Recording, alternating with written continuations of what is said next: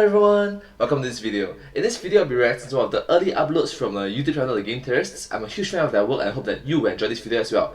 This video came out in year 2016, so I think it's around 5 years ago. Let's start. Ronnie! Digressing and Sidequesting. As with many things in this wonderful wide world, placing an exact starting point for Let's Plays is not simple. It really depends on what your definition of the term Let's Play is, and how broad or narrow you're willing to go. Now I know that plenty of you are screaming at your screen right now saying that I'm overcomplicating things, right? A Let's Play is just a video of somebody talking over game footage. It doesn't really need to be any more complicated than that. And sure, plenty of people would say that's an absolutely accurate definition. However, that definition actually disqualifies the very first project to ever use the term Let's Play. Oh, really? A forum thread on the Something Awful forums titled Let Us Play Oregon Trail. There was no video at all. It was a screenshot playthrough of Oregon Trail for the Apple II. Oh, so it's a screenshot. It's not someone giving a commentary about it. Huh. With text commentary underneath every image, and the audience, fellow users of the forum, would follow along, actively participating and voting on the different actions the player should take. Over the course of the playthrough, debates ensued, inside jokes were formed, and fun was had. It was a landmark. Or it would have been. There actually exists no archive or any other record of this thread. Nobody who was there at the time understood just how important it was. This, so far as anybody remembers. True. Oregon Trail is quite an old game. I'm pretty sure that my audience doesn't know about it.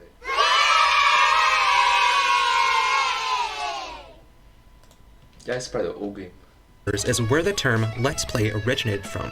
But it must have been big, because new threads by other users titled Let's Play started popping up, and many of them made reference to the original Oregon Trail one. Even though Let's Plays had been picking up steam, they hadn't really reached the tipping point until a Let's Play of I Have No Mouth and I Must Scream showed up. In every conceivable way, this Let's Play was massive. It was told in 71 parts, across 2 threads, over the course of about a week. People who had never even bothered reading a Let's Play were willing to stop and take a look at it. And it was through this that the first video Let's Play, the Let's Play as we now know it, came about. The finale of— Oh, it started from a screenshot. Then from screenshot becomes a video. Huh, interesting. I Have No Mouth and I Must Scream concluded with a downloadable video of the game's ending instead of the usual screenshot sequence. At this time, YouTube was only 1 year old, and online video in browser was still an incredibly new idea. Oh my gosh, it's only 1 year old. Right now it's like more than a decade old. More than a decade already. Before this point, if you wanted to watch a video on the internet that wasn't made in Flash, you'd have to download the whole thing, and then pray in a dead language long for— Oh my god, such classic. Forgotten pagan gods so your media player had the right codecs in order to play it. And if it didn't, you'd have to spend another half hour downloading an entirely new media player so that you could try to play the video with it. And if that didn't work, then you'd have to spend another half hour downloading another media player to try to play the video with it. And if that— there wasn't any commentary on it, it was just— to the point where it's like, he's taking the dead language long forgotten pagan gods so your media player had the right codecs in order to play it. And if it didn't, you'd have to spend another half hour downloading an entirely new media player so that you could try to play the video with it. And if that didn't work, then you'd have to spend another half hour downloading another media player to try to play the video with it.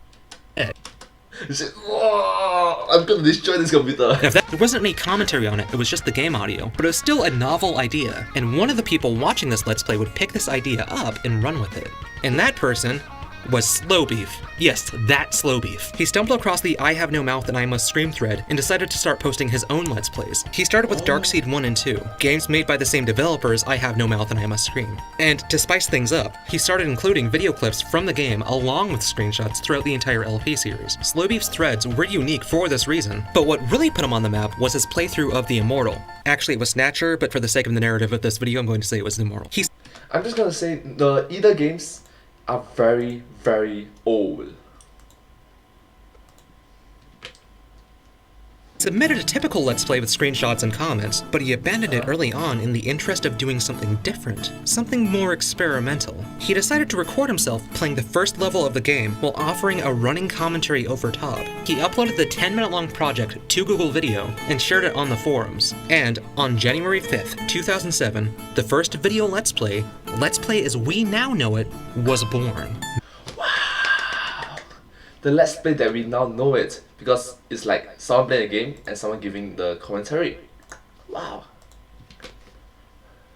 Many members enjoyed it, but it didn't catch on quite as well as you would expect. Again, nobody who was there at the time could have possibly understood just how important this event was. It was just another Let's Play thread. That being said, there was a video Let's Play from around that time that did catch on. Just days after finishing The Immortal, Slowbeef started Let's Play Super Metroid, and this became a huge deal. Wow. Slowbeef knew next to nothing about the game, and so whenever he got stuck, people watching would help him out and give him tips. The audience was an active part of the experience, so much so that this was the first video Let's Play to ever have a co-host. It was after this Let's Play that other users started to figure out the whole video commentary thing and post their own Let's Play videos across Something Awful. Although YouTube was around and picking up Steam, not too many of these early Let's Plays were uploaded there. In fact, early on, many members of the Something Awful community hated YouTube. Ooh, did you just say that YouTube was unwatchable? Huh. Oh, you shouldn't say that.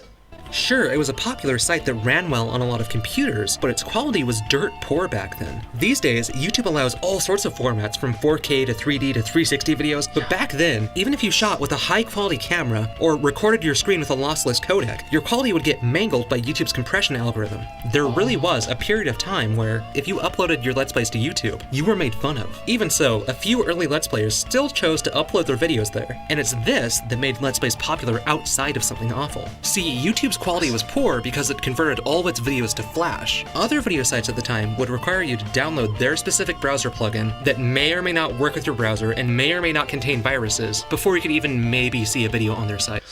Ooh, man, I remember those kind of experience. It was horrible, especially if you 中 virus, if you got virus. Oh gosh.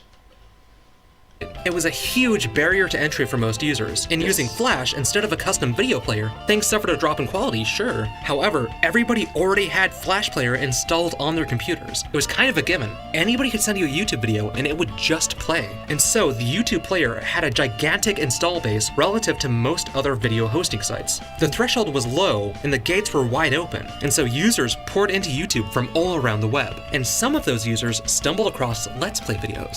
And soon, many of those new YouTube users started creating their own Let's Plays without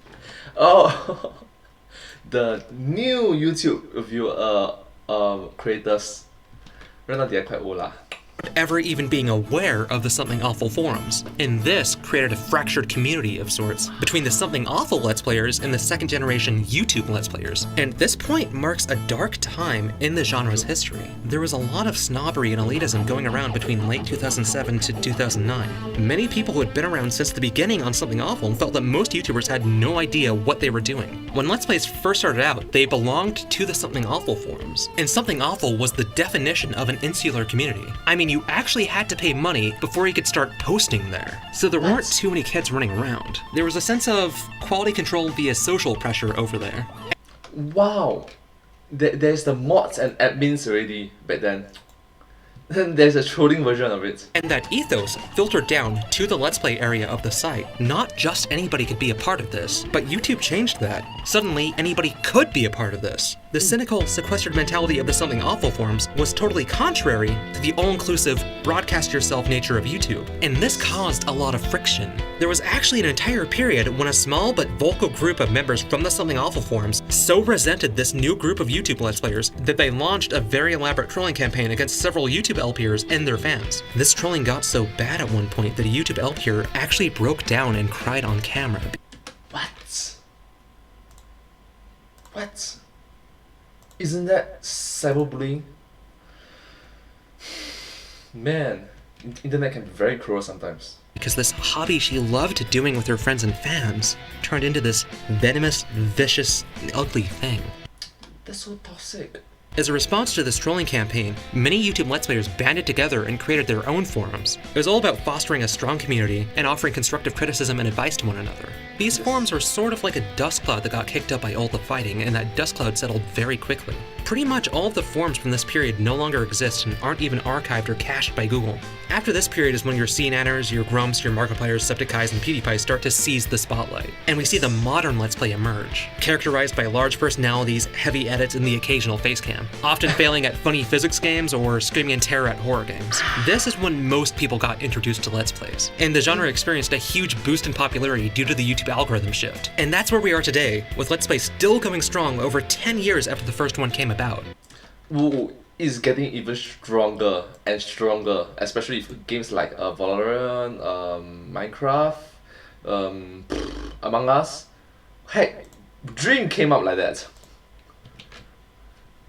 It's kind of amazing when you think about it, but you can take it the other direction too. That first Oregon Trail Let's Play was likely inspired by other people and other websites doing the exact same thing at around the same time. That is, making screenshot playthroughs accompanied by witty text. Remember Slowbeef? In 2002, 3 years before the first Oregon Trail Let's Play, he posted a screenshotted and annotated guide of Castlevania Harmony of Dissonance on his personal website, and it had everything you could expect from an early screenshot Let's Play, except for the title Let's Play, and he wasn't even the first to do that. As far back as 2001, places like CivFanatics.com had communities of users who would play through a Civilization campaign, type out all the details, and accompany these details with relevant screenshots. Screenshot playthroughs and screenshot strategy guides like this had been around for quite a while. It's just that Oregon Trail happened to be the first to use the phrase "let us play," and that phrase happened to be the first to catch on. And if you wanted to go even further back, you could easily reach the 80s when companies like Kodak would distribute strategy guides for video games on VHS tapes. Ooh, it's getting way old. It's getting way old. Check this out. If you can, try to find the Boots of Force. They will allow you to open any chest you don't have a key for. Very powerful. I mean, everything seems to be there. You have the game footage and a host commentating over it, all over 15 years before Screenshot Let's Play started appearing on the Something Awful forums. And we could actually go even further back than this. These VHS strategy guides were patterned after books like How to Break a Million at Pac-Man that would guide you through video games using screenshots and text. And there were a lot of these sorts of books that were around at the time, all trying to tap into the Pac-Man fever of 1982. And so we're back at videos being inspired by screenshot playthroughs during the 80s, just like the video LPs were inspired by screenshot LPs. And if you want to go even further back than this, these How to Win at Video Games books were patterned after books about chess strategy. Ooh, it's getting way back. And right now we are not saying that they are way back. We are, it's not like nostalgic anymore. It's getting the old is getting new. Which would show you, using pictures, the ideas behind different chess openers or endgame positions, and explain why some moves were better than others. Or sometimes show you famous chess matches and provide color commentary on every move. Yeah, people commenting over games of chess, just like those first screenshot Let's Plays. And this practice goes all the way back to the Kitab Osh-Shatranj, or the Book of Chess, the first book ever written about chess strategy. Penned sometime between the 9th and 10th centuries, parts of it featured endgames and the author's comments about them. This book is so old that its original text has actually been lost to history, and we only know about its contents based on what other surviving books had to say about it when it was still around. It was thousands of years ago, the first Let's Play. Wow. Oh my gosh. Just like that original Oregon Trail Let's Play. Huh. It's funny how things loop back like that. And speaking of looping back, I started this episode talking about the definition of Let's Play, but have you ever wondered why they were called Let's Plays to begin with? It was short for Let Us Play, us being not just the Let's Player, but also the community the Let's Player was a part of. Audience involvement was at the heart of the very first Oregon Trail Let's Play. At the start of Oregon Trail, you create a family who sets out for the American West, and over the course of the game, you have to make decisions. In this first Let's Play, whenever a decision needed to be made, the Let's Player would ask the audience, and the audience would respond. Everybody who read and posted in that thread was part of the experience. Screenshot playthroughs existed before the Oregon Trail Let's Play, but the Oregon Trail thread caught fire, arguably because of the community involvement. The same thing with Slowbeef's Super Metroid Let's Play. It wasn't his first video Let's Play, but it blew up because the audience would help him through the game, and some even co-hosted episodes with him. And almost every huge development in Let's Plays has been centered around community, whether it was the original boom in the YouTube community, or the dust storm that caused YouTubers to make their own forums. And even today, if you look at any of the popular Let's Players, you'll be able to see that they all have strong communities with their own in-jokes and fan projects, remix scenes and writing collectives. It's very nice that we have such a good and strong community, and it's such a positive community that brings about careness and caring for each other. Yeah. Let's Plays, from the time the term was first used all the way up until today, have been perpetuated and propagated by the communities they spawn. If you asked me what the defining feature of a Let's Play really is, and what separates Let's Plays from other types of content, I'd say it has to be that. The community. And that's why this is an episode of Digressing and Sidequesting. Games don't exist in a vacuum. They're made and then released into the wild to fend for themselves. And the climate they're sent into impacts the game's success just as much as the game's design does. Mortal Kombat and Night Trap, while tame and even comical by today's standards, were affected by society's reactions to them in their day. And so too are modern games. Huge games like Minecraft, Amnesia, or even Goat Simulator have Let's Plays to thank for much of their popularity. Let's Plays have not only become such a unique and important part of the gaming landscape as a whole, but they've also had an immeasurable influence on the way developers design, test, and market games today. To understand modern gaming and the direction it's headed, you also have to understand Let's Plays. And now that you understand where they came from, I hope, like me, that you're excited to see where they're going. Oh. Hey guys, Ronnie Edwards here. If you like the episode, you can check out another here. Also, if you want to learn more about the YouTube algorithm shift and how that led to the popularity of Let's Plays, Matt had already made a good video about that over here. I also worked on it, so I can guarantee that it's pretty good. It's like, I also work on it, so I can pretty sure that it's very good.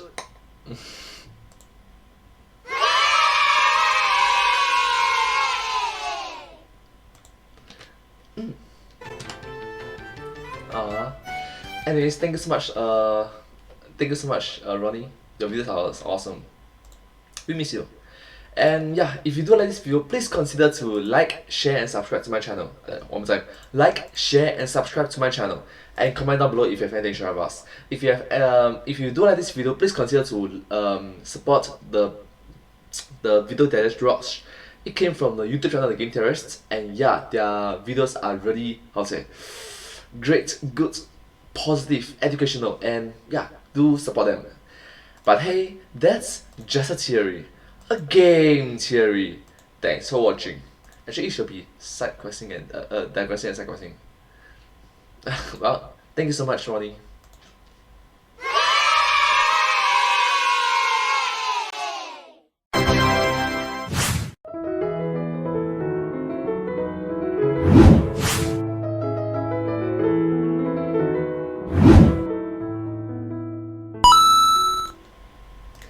Digressing and Sidequesting! Yeah.